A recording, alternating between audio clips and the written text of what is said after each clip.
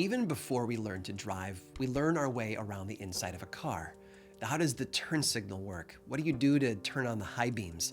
Don't get me started on shifting gears. It's all foundational, basic stuff, but without those early lessons, it's really easy to get confused or make a mistake. Today, I want to answer the most basic of podcasting questions. What is a podcast?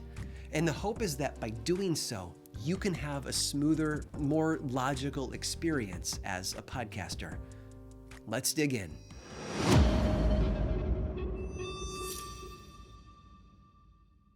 I'm Aaron, and I make podcasts for a living. Over the past 7 years, I have built and launched a dozen shows, most of which have landed in the top 10 in the country. And between them all, my shows have been downloaded about 500 million times, which, is a lot of zeros. Today we're beginning a new series called Podcasting Basics, where I hope to unpack the most foundational topics that every new podcaster needs to learn. And we're beginning with that simple question: what is a podcast?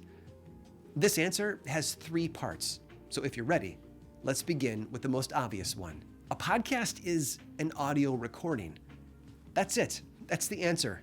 Just like a song on your computer or a voicemail message on your phone, a podcast is nothing more than just a digital recording of sound.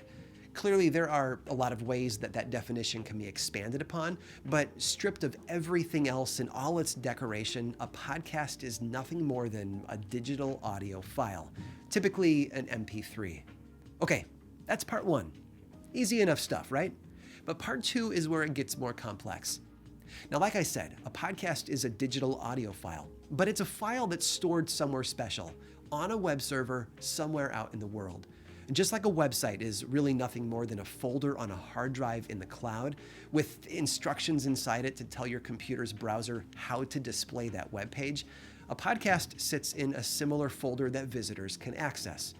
Now, of course, with a website, there's a lot more interaction, isn't there? Viewers can see the text of the website, they can see it displayed according to the design of the person who built it, and they can click links and move throughout the website, almost like a book. For podcasts, that audio file in the cloud is a lot less interactive, but visitors can still do things like play and pause. They can skip ahead, or they can rewind to a previous section. The best way to envision a podcast audio file is just by picturing your favorite show on Netflix. When you pause it, you can see the progress bar at the bottom of the screen, showing you where in the timeline you currently are. Heck, you can pause this video and see the same thing. Podcast audio files do just that. So a podcast is an audio file, stored on a web server. But to listen to it, listeners need to be able to find it, which leads us to part 3. Now, when you want to go to the website for my podcast production company, for example, Grim and Mild, you would type in grimandmild.com into the address field of your web browser. But podcast addresses are slightly different. They use an old internet protocol known as Really Simple Syndication, or RSS for short. Now, basically, RSS is a technology that lets devices follow a specific address and then receive alerts when that address has new content available.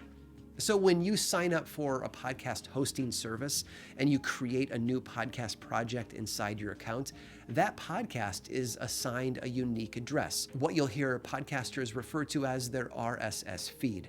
And once you've uploaded your first episode and you've given it all the special details a podcast episode needs, things like a title, a description, an episode number, maybe the artwork, then you're technically ready to click publish.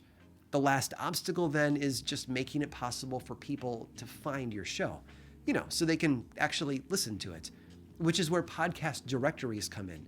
These are websites or services that list all of the podcasts that are available out there in the world. And to get included, you just need to submit your show's unique RSS feed address.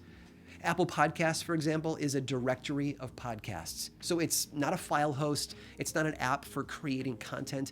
It's simply a display case showing off podcasts from all over the world. And if you want yours counted among them, you just need to do a quick Google search for something like how to submit my podcast to Apple Podcasts, and that should do the trick. Once it's accepted, most other directory apps will simply pull show listings from Apple to include in their own service. So start with Apple, even if you're not an Apple device user. And there you go. a 3-part answer to a really basic question: what is a podcast? And hopefully, with your head wrapped around the concepts and the inner workings, you'll be less intimidated to start your own. And there were fewer resources out there 7 years ago when I launched my first show, and yet I somehow managed to find everything that I needed by searching places like Google and YouTube.